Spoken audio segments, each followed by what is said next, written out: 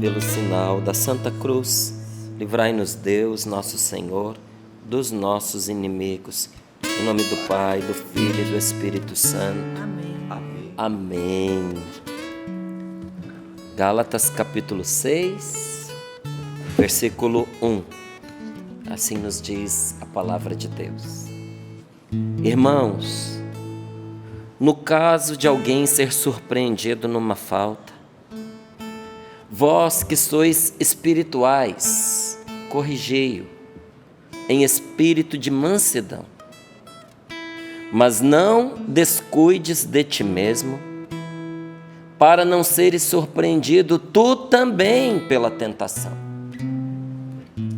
Carregai os fardos uns dos outros, assim cumprireis a lei de Cristo.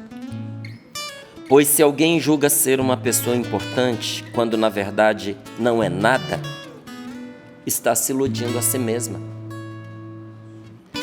Cada um examine suas próprias ações. Então poderá ter de que se gloriar, mas somente por referência a si mesmo e não se comparando com outrem. Pois cada qual tem de carregar seu próprio fardo. Aquele que recebe o ensinamento da palavra, torne quem o ensina participante de todos os bens. Não vos iludais, de Deus não se zomba. O que alguém tiver semeado, é isso que vai colher. Quem semeia na sua própria carne, da carne colherá corrupção. Quem semeia no Espírito, do Espírito colherá a vida eterna.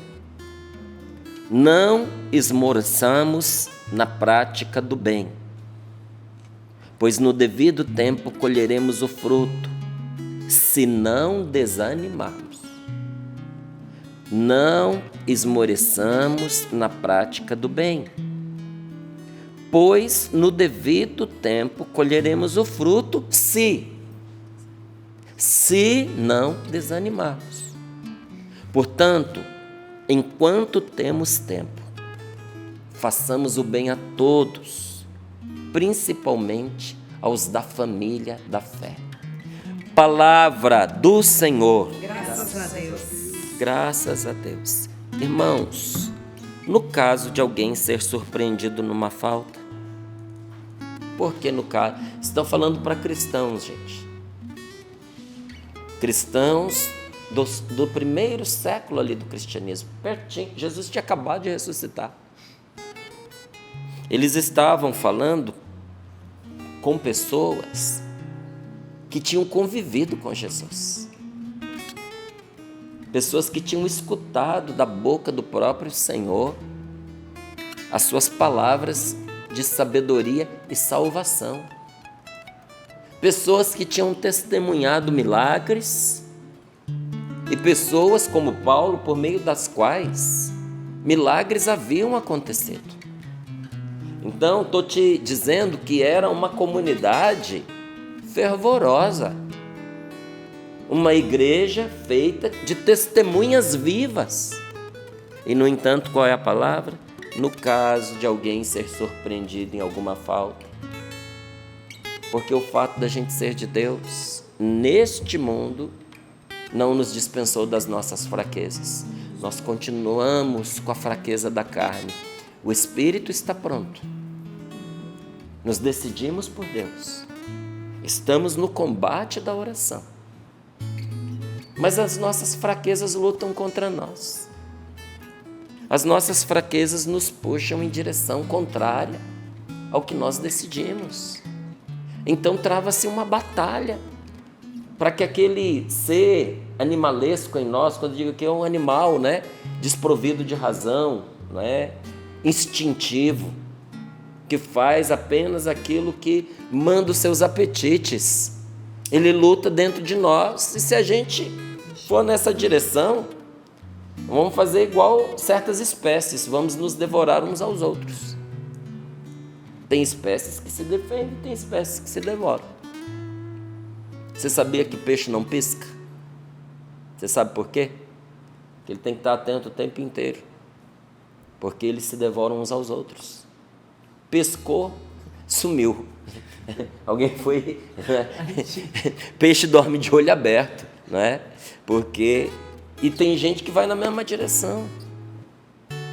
Sabe, quando a gente não aprende a fechar os olhos para que os outros fazem até de errado às vezes, e não por uma questão de omissão ou de cumplicidade com o erro da pessoa, mas de caridade, acabamos por nos devorar uns aos outros. Olha, é um ato de caridade, às vezes dentro de casa, na família, a gente fechar um pouquinho os olhos para algumas coisas, até para a pessoa dar conta de tudo, né?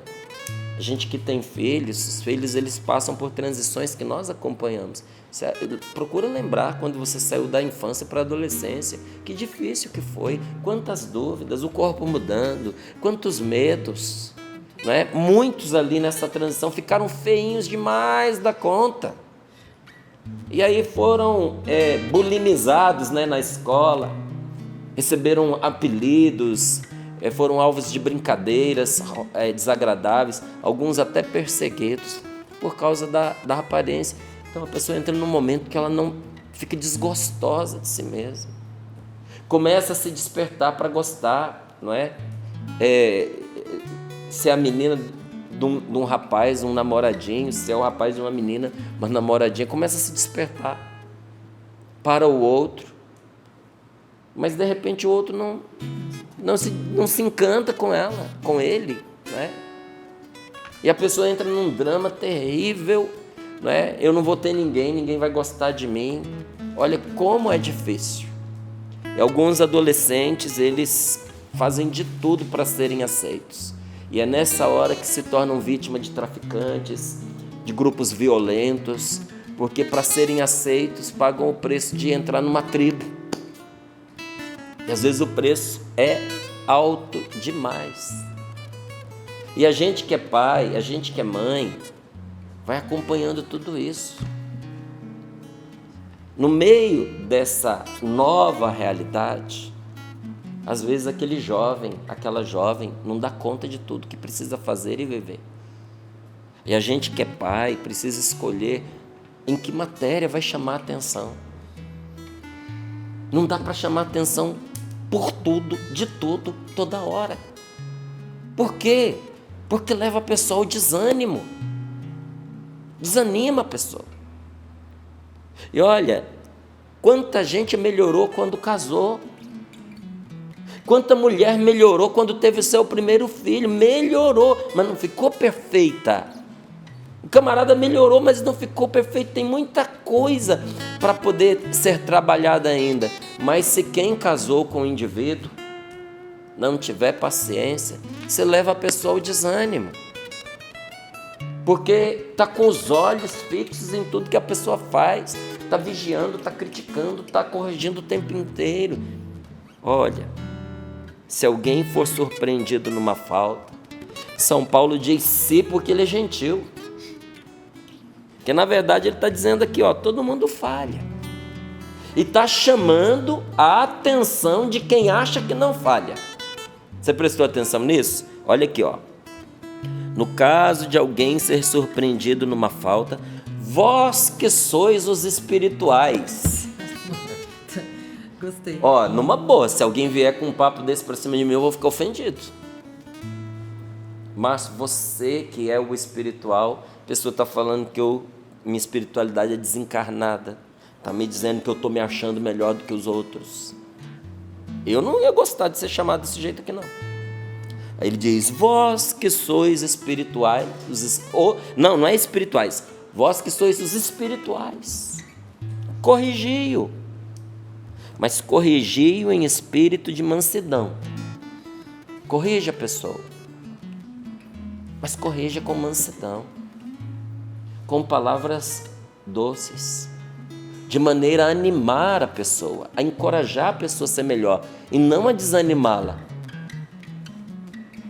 a empurrar para ela dar um passo para frente, e não arrastá-la pelos cabelos, não é?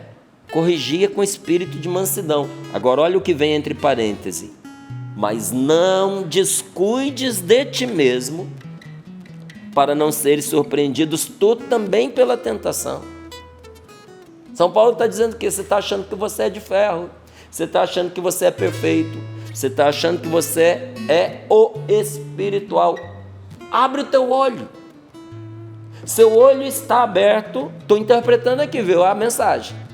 É como se ele dissesse: o seu olho está aberto para ver tudo que os outros fazem, mas abre o teu olho para ver o que está acontecendo contigo. Você tem dois olhos. Se um está aberto para o seu irmão, abre o outro para você.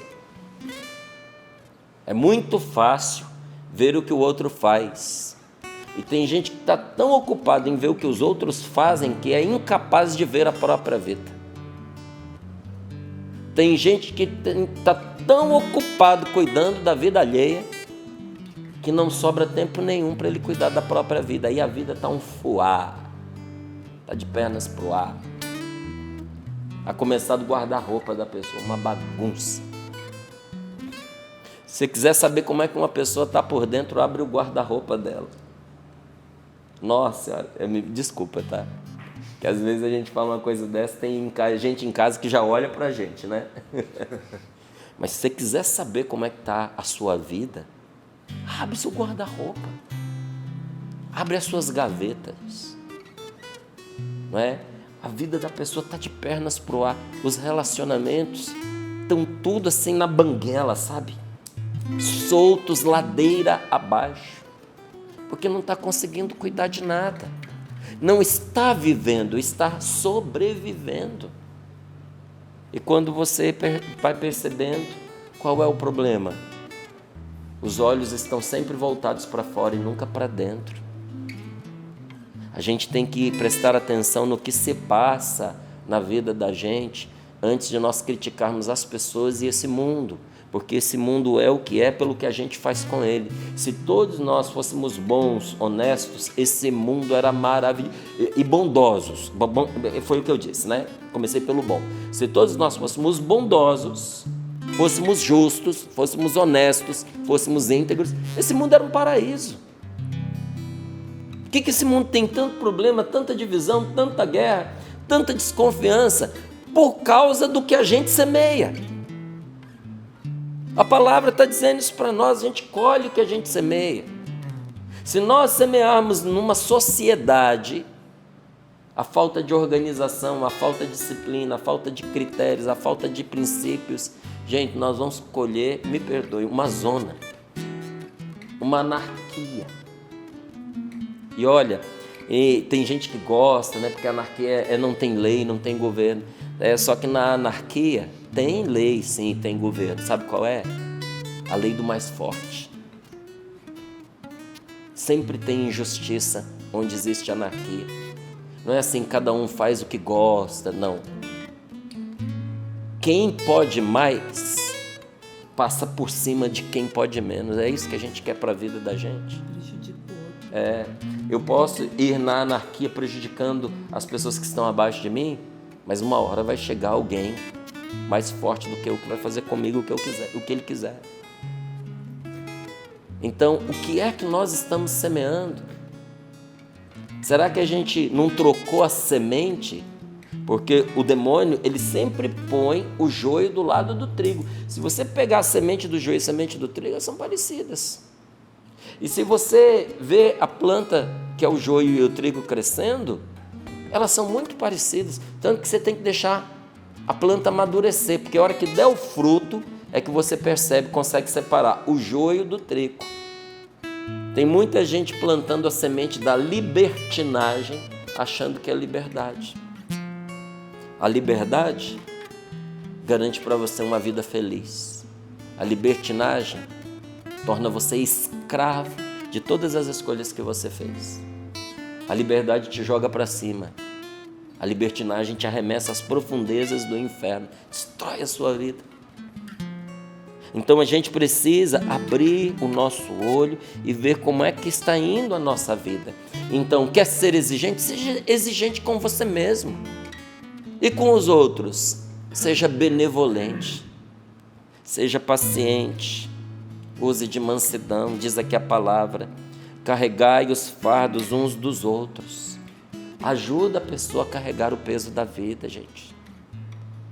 Olha, eu sei que muitas vezes a pessoa se incomoda, nem quer, mas precisa de ajuda.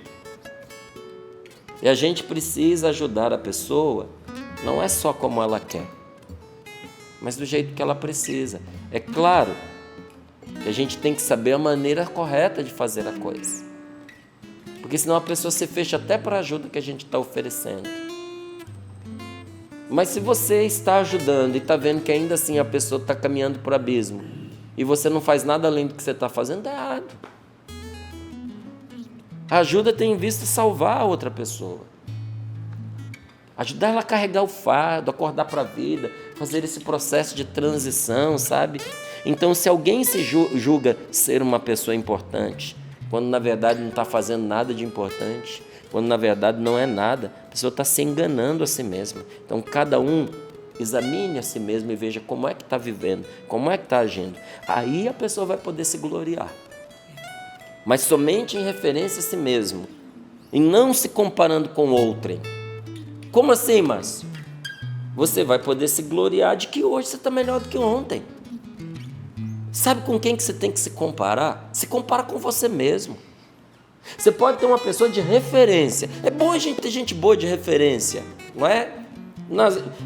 É bom eu ter como referência para mim um pregador melhor do que eu.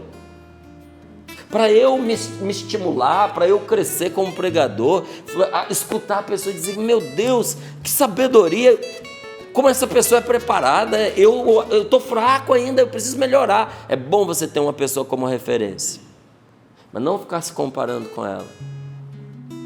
Imaginou eu me comparando aqui com o Cassiano, me comparando com o Sapo? O Cassiano é músico, o Cassiano canta. A minha parte é pregar. Aí eu vou ficar chateado e dizer assim, não vou mais sorrindo para a vida, não. Ou não vou quando o Cassiano for, porque ele canta muito melhor do que eu. É claro que ele canta muito melhor do que eu. Porque Deus deu a ele esse dom. E ele investe no ministério dele. Olha, gente, o resto da vida que eu tenho pela frente nunca será o suficiente para eu tocar igual o Sapo.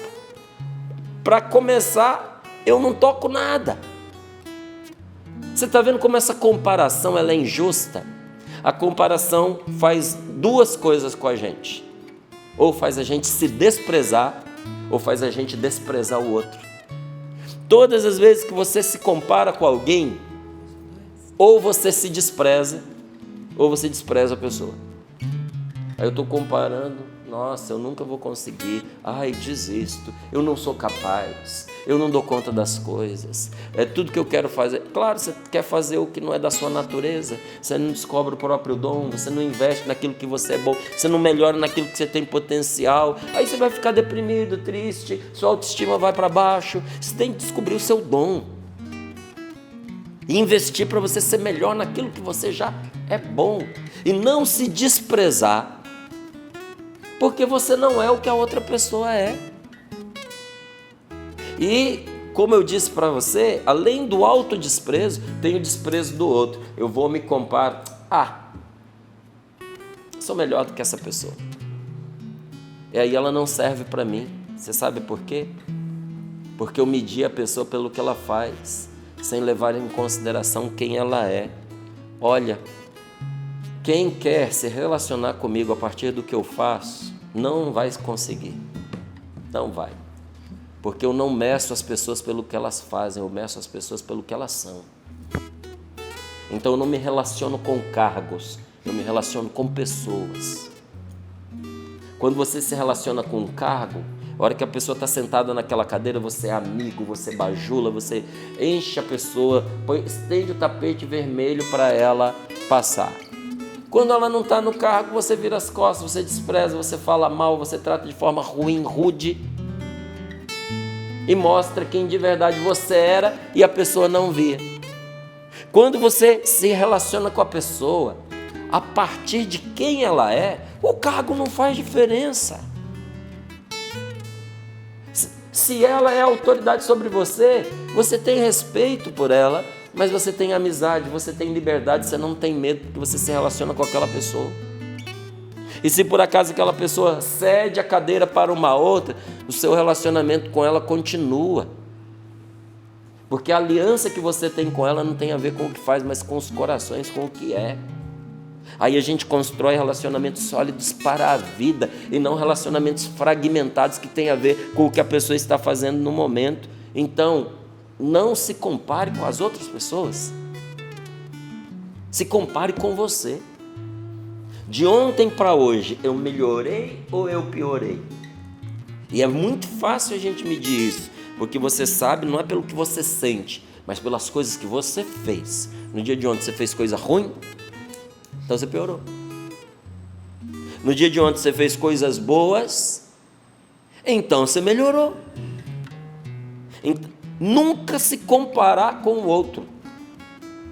Lá em casa eu tenho 2 filhos que são irmãos, que se amam e que ajudam um ao outro. Você sabe por quê? Porque nós nunca os comparamos um com o outro e nunca permitimos que eles se comparassem. Nunca, em nada. Tivemos atenção com isso, sabe?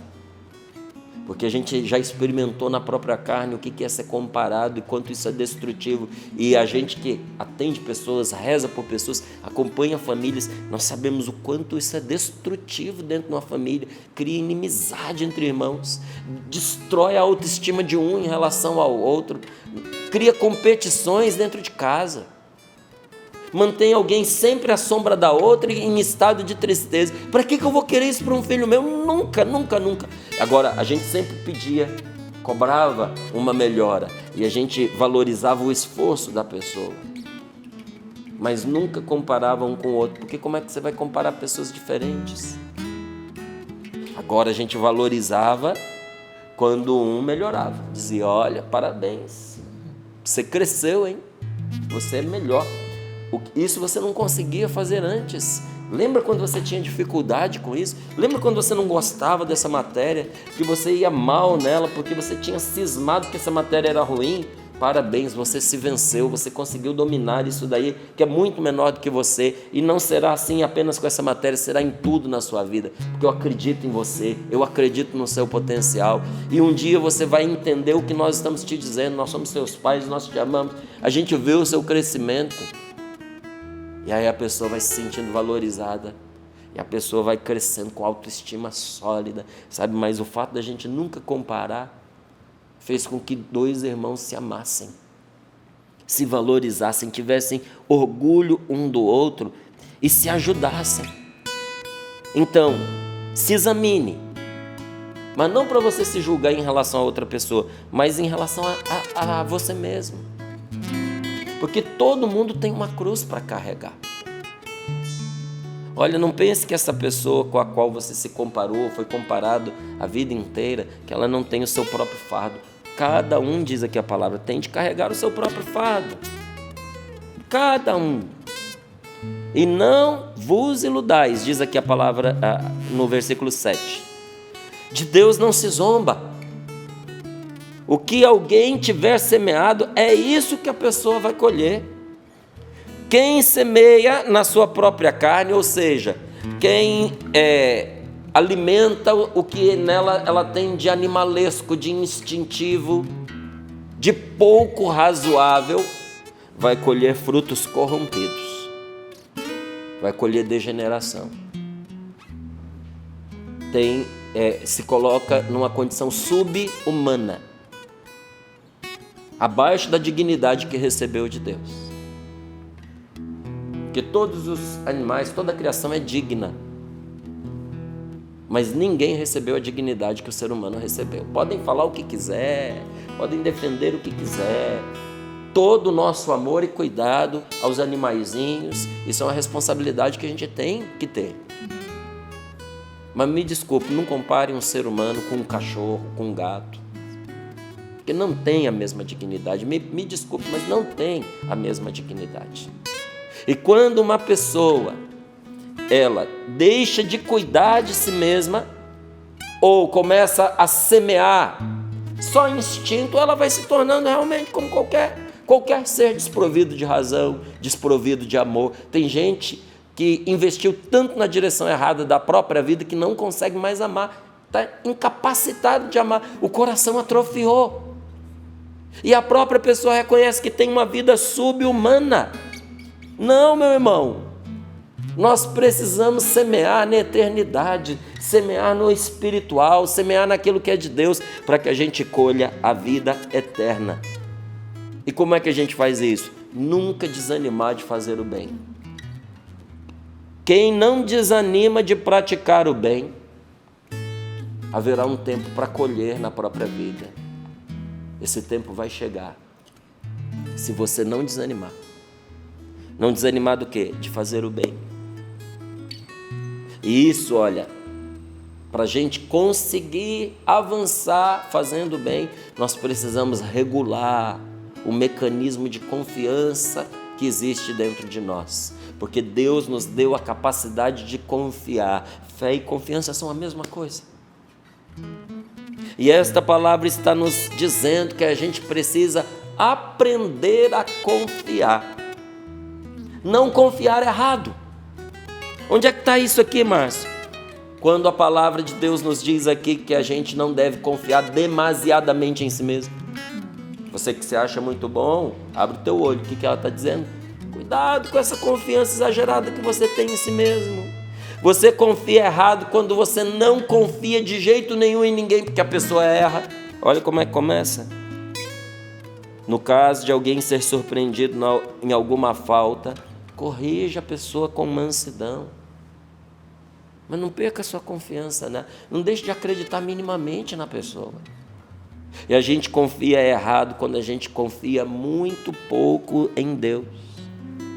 Nós temos, o problema não é confiar ou não confiar, é aprender a fazer, né? Porque você pode ser enganado se você confiar demais, mas você vai viver em desespero se você confiar de menos. A gente não colhe o que planta. Qual é a colheita de quem não confia? Desespero. Quem planta desconfiança, colhe desespero. Quem não confia em nada, quem não confia em ninguém, vai desesperar da vida. Vai chegar um momento que não espera mais nada de bom de uma pessoa, que não espera mais nada de bom da natureza, que não espera mais nada de bom da vida, que não espera nada de bom de Deus. E em geral a pessoa ou se mata, ou pensa em se matar, ou vai se deixando morrer aos pouquinhos, se envenenando com álcool, se envenenando com drogas, se entorpecendo de muitas maneiras, que eu nem vou ficar ilustrando, que é para poder não ensinar a pessoa a se estragar. Confiar é sinal de maturidade. Quem é a pessoa que desconfia de tudo? É aquela que não tem juízo, é aquela que não tem discernimento. Então, como ela não tem discernimento, ela é ferida, tadinha. Ela desconfia de tudo, é imatura. Sinal de maturidade é você aprender a confiar. Expor-se à confiança, apesar de todas as decepções do passado. Olha, quem de nós nunca foi decepcionado no passado? Então, me permita dizer, expor-se à confiança, porque você se expõe quando você confia, você se torna vulnerável, você se torna suscetível. Quando você confia, você se coloca num lugar que em quem você confiou pode te dar uma pedrada, pode te dar uma punhalada pelas costas. Expor-se à confiança, apesar de todas as decepções do passado, tanto é difícil, quanto é indispensável. É difícil. Mas você não está dispensado. Ninguém está dispensado. A gente é traído, a gente é enganado, a gente é passado para trás, a gente é ferido, a gente é menosprezado, a gente é comparado. E isso machuca a gente. Apesar de tudo isso, eu preciso continuar confiando. Porque não é de pão que vive o homem, mas de confiança, de fé em Deus primeiramente, na palavra de Deus primeiramente, e naqueles que Deus colocou à nossa volta. Só o pão não alimenta, mas a fé alimenta. Tanto que a palavra de Deus nos diz que o justo vive da fé. Tem gente que vive de comida, e por causa dela vai morrer. Tem gente que vive de desordem e está pagando o preço por isso. Mas quem vive da fé, vive de verdade. E não só vive essa vida neste mundo, mas constrói uma vida na eternidade. Então, olha, quem nunca fez papel de bobo por ter acreditado demais? A gente faz. Me permita a confissão. Olha, muitas vezes eu me deixo enganar. Porque eu acredito. Eu acredito. Eu e minha esposa, nós somos diferentes. A gente tem maneiras diferentes de acreditar e maneiras diferentes de confiar. E por isso nós ajudamos um ao outro. Muitas vezes a Rose me avisou de situações que lá na frente eu sofri. A pessoa estava agindo mal contra mim. E eu estava com ela como se fosse amiga, como se fosse confiável. E a minha mulher me avisando. Só que eu queria dar à pessoa o benefício da dúvida. Eu não quero julgar antes da pessoa fazer. E preferi sofrer na minha carne do que cometer uma injustiça desacreditando da pessoa. Só que às vezes chega lá na frente, você fez papel de bobo porque você acreditou demais. Acontece, ué. Eu sempre digo aos meus filhos, sabe? É fácil enganar quem confia na gente. A coisa mais fácil que tem no mundo é você enganar quem confia em você. Porque a pessoa não tem defesa contra você, ela confia. A coisa mais fácil que tem é você trair um marido que é fiel a você, que respeita você, que confia em você, que vai trabalhar acreditando que você está em casa como uma esposa, como a mãe dos filhos dele, ou trabalhando fora também, e que estão honrando ali o casamento de vocês. Se você quiser enganá-lo, moleza. Aí a pessoa diz, eu sou esperto. Não precisa ser esperto para enganar quem confia na gente. Não precisa. Você precisa ser esperto para enganar quem não confia em você. Mas quem confia em você, se engana fácil. Olha, meu irmão, se você quiser enganar a sua esposa, mesmo as mulheres sendo tão perceptivas, sabe, sensíveis, as mulheres têm uma sensibilidade muito grande para perceber as coisas. Ela pode não saber o que você está fazendo de errado, mas ela sabe que tem alguma coisa de errado. E uma hora ela vai descobrir.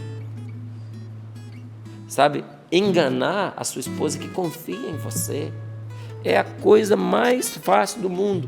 E eu não esperei os meus filhos crescerem para ensinar isso para eles, não. Sempre falava, é fácil enganar quem confia em nós, mas é difícil, gente, recuperar a confiança depois de perdida. Você que é casado, você que é casada, você que está se preparando para um matrimônio, nunca troque a confiança do seu esposo, da sua esposa por uma aventura, porque depois que você perde a confiança, difícil você recuperar. Aí você vê situações, eu não aprovo, mas eu vou contar uma situação que eu vi, humilhante. Encontrei alguns amigos para a gente confraternizar, e aí a gente estava ali juntos um tempinho, de repente chega a esposa e diz para ele assim, deu a hora, vamos. Cara, eu fiquei de um jeito. Eu falei, quem que essa mulher acha que é? Ela acha que é a mãe dele. Sabe o que o cara fez? Gente, boa noite. Cuidado, gente. Eu fiquei com dó no início, depois eu não fiquei com dó, não. Ele aceita? Não aceitou, ele fez por merecer. Deixou. Não, fez besteira. Fez pecado. Fez bobagem. Perdeu a confiança da esposa. A esposa continuou com ele, mas pôs regras duras para ele, as quais ele teve que se sujeitar para continuar com o relacionamento. Você perguntar para mim assim, você aprova isso, Márcio? Não aprovo, mas eu entendo. Entendi. Eu entendo.